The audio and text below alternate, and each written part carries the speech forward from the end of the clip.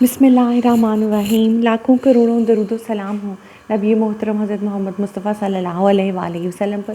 Students, आज हम जो टॉपिक डिस्कस करने वाले हैं वो है पास्ट इंडेफिनिट टेंस का एक्टिव वॉइस। वर्ब करेक्शन में ये टॉपिक थोड़ा सा डिफ़िकल्ट है इस लिहाज से क्योंकि इसमें सब्जेक्ट मिसिंग होता है। जो पास्ट इंडेफिनिट टेंस का पैसिव वॉइस है उसमें सब्जेक्ट मिसिंग होता है। इसका फर्स्ट रूल मैंने लिखा ये है कि इसका सब्जेक्ट मिसिंग होता है। सब्जेक्ट मिसिंग होने से मुराद ये है कि काम ये शुरू में जो हमारे नाम दिया होता है वो हमने जो वर्ब लगाना होता है उस वर्ब को ये वाला शुरू का नाम कर नहीं सकता।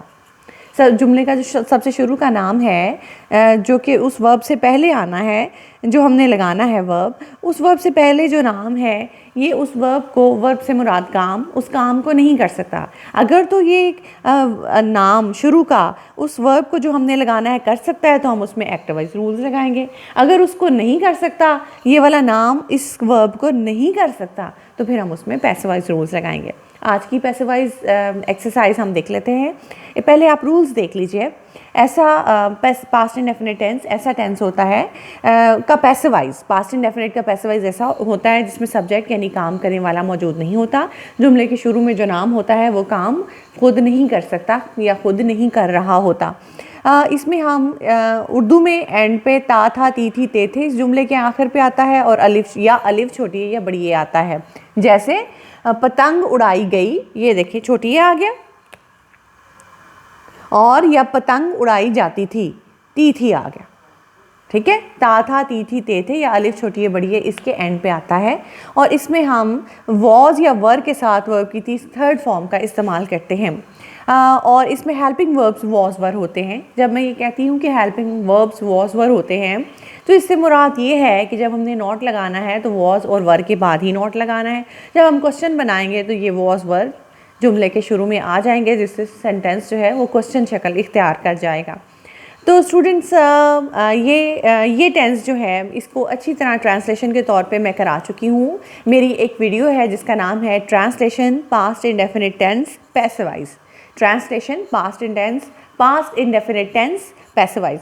उसमें मैंने बहुत सारी एक्टिविटीज़ के ज़रिए से इस टेंस को सिखाने की कोशिश की है। अगर आपको इस टेंस पे कमांड नहीं है तो वर्ब करेक्शन की इस वीडियो को देखने से पहले ज़रूरी है कि आप उस वीडियो को देख लें, translation past indefinite tense passive voice.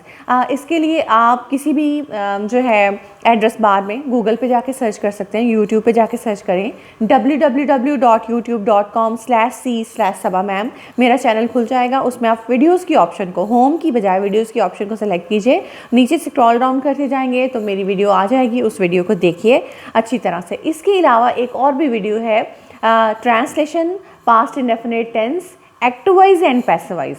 इस वीडियो को देखेंगे तो ये टेंस आपको और भी ज़्यादा, बहुत ज़्यादा क्लियर हो जाएगा।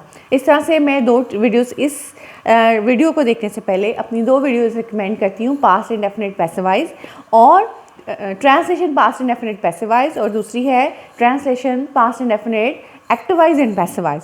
इन दोनों वीडियोज़ को देखिए और उसके बाद इस वर्ब करेक्शन को करना आपके लिए बहुत ज़्यादा आसान हो जाएगा।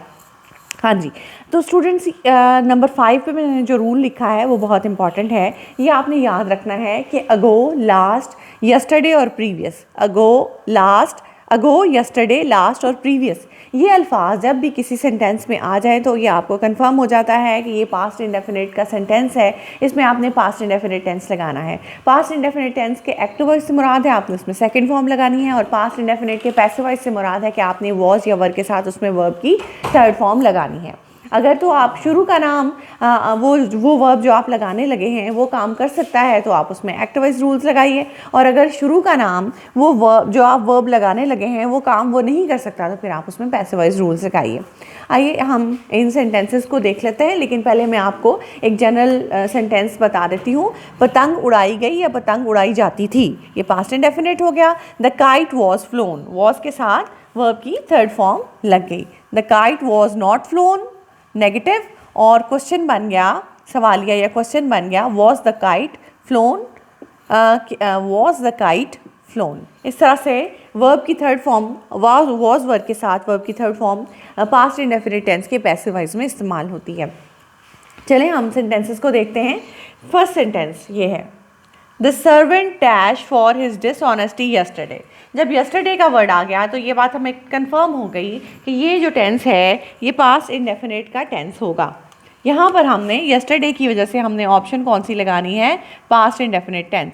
अब हमने पास्ट इंडेफिनिट का एक्टिव वॉइस लगाना है या पैसिव वॉइस, ये दूसरी चीज़ हमें मालूम करनी है। पहली चीज़ ये है हमने देखना है उसमें यस्टरडे, लास्ट, प्रीवियस या अगो का वर्ड होगा जो हमें पास्ट इंडेफिनिट को इंडिकेट करेगा। दूसरी चीज़ हमने ढूंढनी है क्या, शुरू का नाम। हम देखेंगे कि क्या ये शुरू का नाम, ये वर्ब जो हम लगाने लगे हैं खाली जगह में, क्या ये वो काम कर सकता है। अगर कर सकता है तो एक्टिव वॉइस रूल्स लगाएंगे। अगर ये नाम ये वाला काम नहीं कर सकता तो हम इसमें पैसिव वॉइस रूल्स लगाएंगे। ये देखिए, the servant dash for his dishonesty, सज़ा देना, सज़ा देने का काम हो रहा है। सर्वेंट को उसकी बेईमानी के लिए कल सज़ा दी गई। अब सर्वेंट सज़ा देने का काम खुद तो नहीं कर रहा, किसी और ने उसको सज़ा दी होगी, इसलिए हम इसमें पैसिव वॉइस रूल्स लगाएंगे। क्योंकि ये शुरू का नाम, ये जो काम हम लगे हैं ये नहीं कर सकता, इसलिए ये एक पैसिव वॉइस टेंस है, इसमें हम पैसिव वॉइस रूल्स लगाएंगे। The servant was punished, the servant was punished, was के साथ वर्ब की थर्ड फॉर्म। एक नाम के साथ वॉज लगा दें, ज़्यादा नामों के साथ आप वर लगा दें। ही, शीट और एक नाम के साथ और आई के साथ आप वॉज लगा दें और थर्ड फॉर्म लगा दें, और वी, यू, दे और ज़्यादा नामों के साथ आप वर लगा दें और वर्ब की थर्ड फॉर्म लगा दें। अब इस सेंटेंस को, ये तो आपका हो गया पैसिव वॉइस सेंटेंस, लेकिन इस सेंटेंस को देखिए, the master dash the servant for his dishonesty. अगर ये सेंटेंस ऐसे होता कि मास्टर ने, मालिक ने सज़ा दी सर्वेंट को कल उसकी बेईमानी की वजह से, तो यस्टरडे का वर्ड तो आपको बता रहा है कि ये पास्ट इंडेफिनिट टेंस है। अब मास्टर जो है सज़ा देने का काम कर सकता है तो कर सकता है, मास्टर सज़ा देने का काम कर सकता है। अगर शुरू में यहाँ सर्वेंट की बजाय इस तरह से द मास्टर दिया होता तो फिर हम क्या करते कि फिर हम यहाँ पर पैसिव वॉइस की बजाय एक्टिव वॉइस लगाते। क्या लगाते, द मास्टर पनिश्ड लगाते, क्योंकि पास्ट इंडेफिनिट का एक्टिव वॉइस होता है वर्ब की सेकेंड फॉर्म और इसका पैसिव वॉइस होता है वॉज वर्ब के साथ वर्ब की थर्ड फॉर्म। सर्वेंट सजा देने का काम नहीं कर सकता था, इसलिए हमने वहाँ पे पैसिव वॉइस रूल लगाया, वॉज थर्ड फॉर्म। मास्टर सजा देने का काम कर सकता था, इसलिए हमने यहाँ पर एक्टिव वॉइस शक्ल यानी सेकेंड फॉर्म लगाई। इसी तरह ये देखिए, the horse dash 5 years ago। अगो का वर्ड आपको ये इंडिकेट कर रहा है, अगो का वर्ड ये देखें, अगो का वर्ड इंडिकेट कर रहा है कि ये पास्ट इंडेफिनिट टेंस है, क्योंकि अगो का जो वर्ड है ये हमेशा पास्ट इंडेफिनिट में ही आता है। अब हमने पहले नाम के लिहाज से देखना है कि इसमें हमने पास्ट इंडेफिनिट की एक्टिव वॉइस ऑप्शन लगानी है या पैसिव वॉइस ऑप्शन लगानी है। The horse dash 5 years ago, काम हो रहा है बाय करने का, उसको ख़रीदने का, तो बाय करना, ख़रीदने का काम। ये जाहिर है कि हॉर्स बहुत सारे काम कर सकता है, लेकिन ख़रीदने का काम हॉर्स नहीं कर सकता। उसको उसके किसी मालिक ने ख़रीदा होगा, किसी फार्मर ने ख़रीदा होगा या किसी इंसान ने ख़रीदा होगा। तो ये हॉर्स जब ख़रीदने का काम खुद नहीं कर सकता तो हम इसमें पैसिव वॉइस ऑप्शन लगाएंगे। अगर ये नाम ये काम नहीं कर सकता तो पैसिव वॉइस, अगर ये नाम ये काम कर सकता है तो एक्टिव वॉइस ऑप्शन आप लगाएंगे। द हॉर्स खरीदने का काम नहीं कर सकता, इसलिए हम इसमें पैसिव वॉइस ऑप्शन लगाएंगे वॉज के साथ वर्ब की third form.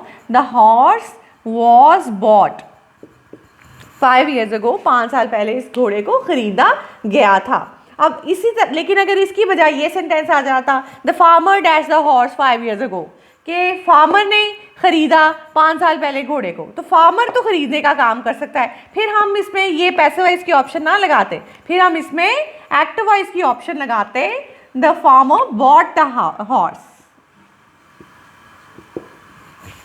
5 years ago। Tea dash in the meeting last week, ये लास्ट का वर्ड आपको इंडिकेट कर रहा है कि ये पास्ट इंडेफिनिट है। अब आपने ये देखना है कि ये पास्ट इंडेफिनिट की एक्टिव वॉइस है या पैसिव वॉइस है। ये टी जो है वो सर्व की गई का मतलब मेहमानों को दी गई, उन पेश की गई, ठीक है। सर्व का मतलब होता है पेश करना। अब टी खुद तो पेश नहीं हो सकती, जाहिर है कि किसी और ने ही उसको पेश किया है, उसको किसी और ने सर्व किया है, किसी इंसान ने, किसी मुलाजिम ने। तो ये जो है इसमें टी जो है सर्व करने का काम नहीं कर सकती, इसलिए हम इसमें पास्ट इंडेफिनिट की पैसिव वॉइस ऑप्शन लगाएंगे जो है वॉज के साथ वर्ब की third form, was served. Serve mean पेश करना। टी सर्व करने का काम खुद नहीं कर सकती, इसलिए हमने इसमें पैसिवाइज ऑप्शन लगाई, the tea was served in the meeting last week. लेकिन अगर ये सेंटेंस ऐसे होता कि the servant dash the tea in the meeting last week, कि सर्वेंट ने टी जो है वो पेश की पिछले हफ्ते मीटिंग में, तो सर्वेंट तो सर्व करने का काम कर सकता है, टी को पेश करने का काम कर सकता है। तो उस सूरत में हम यहाँ पर सर्वेंट हम इसमें एक्ट वाइज रूल लगाते, यानी हम इसमें वर्ब की थर्ड फॉर्म सेकंड फॉर्म लगाते, ठीक है ना, जो है active voice rule. The servant serve the tea in the meeting. Servant होता है यहाँ शुरू में तो हम सर्व लगाते, लेकिन ये टी है, टी सर्व करने का काम नहीं कर सकती, इसलिए हमने इसमें पैसिवाइज ऑप्शन वॉज वर्ब के साथ वर्ब की थर्ड फॉर्म लगाई। नंबर 4 सेंटेंस को देखिए, it was raining when I, was का वर्ड आपको इंडिकेट कर रहा है कि ये पास्ट है, अगली ऑप्शन पास्ट की ही आएगी। It was raining when I dash by the police, ठीक है, ये बारिश हो रही थी जब मुझे dash by the police arrest किया। अरेस्ट मीन गिरफ्तार होना, गिरफ्तार करना। जब मुझे पुलिस ने गिरफ्तार किया उस वक्त बारिश हो रही थी। ये वॉज का वर्ड आपको बता रहा है कि यहाँ पे आपने पास्ट लगाना है, शुरू में भी पास्ट है तो अगला हिस्सा भी आप पास्ट में ही करेंगे। जब किसी भी जो है सेंटेंस उसमें 2 वर्ब्स दिए हों, कॉमा के साथ जुड़ा हो वो सेंटेंस, या व्हेन के साथ जुड़ा हो, या किसी और सेंटेंस कनेक्टर के साथ जुड़ा हो, एक तरफ पास्ट लगा हो तो दूसरी तरफ भी आपने लाजमी तौर पर पास्ट टेंस यूज़ करना है। जैसे यहाँ पर वॉज लगा हुआ है तो यहाँ पे भी आप पास्ट के ऑप्शन सेलेक्ट करेंगे। पास्ट के ऑप्शन सेलेक्ट कर लें और बाकी जो प्रेजेंट के ऑप्शन हैं वो काट दें। ये अरेस्ट का वर्ड काट दें क्योंकि ये प्रेजेंट इंडेफिनिट के ऑप्शन है। हैव अरेस्टेड भी काट दें क्योंकि ये प्रेजेंट परफेक्ट के ऑप्शंस हैं। अब आपके पास 2 ऑप्शंस रह गई, अरेस्टेड वर्ब की second form past indefinite active voice, was arrested was के साथ वर्ब की third form past indefinite tense passive voice. 2 options आपके पास हैं। अब मैं ये जो आई है ये अरेस्ट करने का काम कर रहा है कि कोई और इसको अरेस्ट कर रहा है? यकीनन ये आई जो है इसको पुलिस ने गिरफ्तार किया है, अरेस्ट करने का काम ये खुद नहीं कर रहा, इसलिए यहाँ पर हम पैसिवाइज ऑप्शन लगाएंगे, वॉज अरेस्टेड। पैसिवाइज ऑप्शन क्या होगी? Was arrested. लेकिन अगर ये सेंटेंस इस तरह से होता कि it was raining when the police dash मी, कि उस वक्त बारिश हो रही थी जब पुलिस ने मुझे अरेस्ट किया, तो पुलिस अरेस्ट करने का काम कर सकती है। इसलिए तब हम, अगर ये पुलिस होता यहाँ पर खाली जगह से पहले पुलिस का नाम होता तो अरेस्ट करने का काम वो कर सकती थी, तो हमने उसमें एक्ट वाइज ऑप्शन लगा लेनी थी, यानी सेकंड फॉर्म हमने लगा लेनी थी, द पुलिस अरेस्टेड मी, तब हमने इसको ऐसे करना था। लेकिन यहाँ पर आई का लफ्ज़ जो था वो खाली जगह से शुरू में था, इसलिए हमने यहाँ पर पैसिवाइज की ऑप्शन सेलेक्ट की, क्योंकि ये आई मैं खुद अपने आप को गिरफ्तार करने का काम नहीं कर सकता। चलें नंबर 5 पे आप देखिए, क्रॉप्स। क्रॉप्स डैश 2 days अगो। क्रॉप्स वाटर होने का, पानी देने का काम इनको किया जा रहा है। तो पानी देने का काम फसलें खुद तो नहीं कर सकती, जाहिर है कि इन फसलों ने पानी देने का काम खुद नहीं किया होगा, किसी और ने इनको पानी दिया है।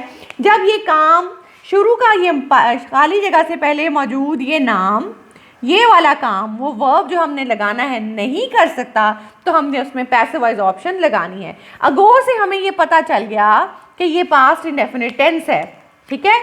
फिर हम शुरू खाली जगह से यानी फिल इन द ब्लैंक से शुरू के नाम को हम जब देखेंगे कि क्या ये एक्टिवाइज है या पैसिवाइज, तो क्रॉप्स ये काम नहीं कर सकती वाटर करने का, इसलिए हमने क्या लगाया यहाँ पर, हमने इसमें पैसिवाइज ऑप्शन लगाई, द क्रॉप्स वर वाटर्ड। ज़्यादा है तो वर लगा दें, एक नाम है तो वॉज लगा दें, ये ज़्यादा है क्रॉप्स तो वर लगा दें।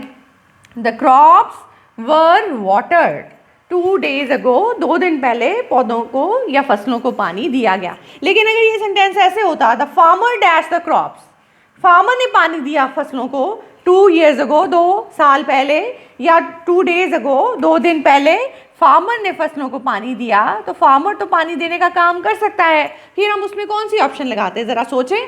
अगर ये नाम काम कर सकता है तो हम क्या कौन सी ऑप्शन लगाएंगे, एक्टिवाइज या पैसिवाइज? अगर तो फिल इन द ब्लैंक से शुरू का नाम काम कर सकता है तो हम उसमें एक्टिवाइज ऑप्शन लगाएंगे, और अगर काम नहीं कर सकता, जैसे क्रॉप्स जो है पानी देने का काम नहीं कर सकती, तो फिर हम उसमें पैसिव वॉइस ऑप्शन लगाएंगे।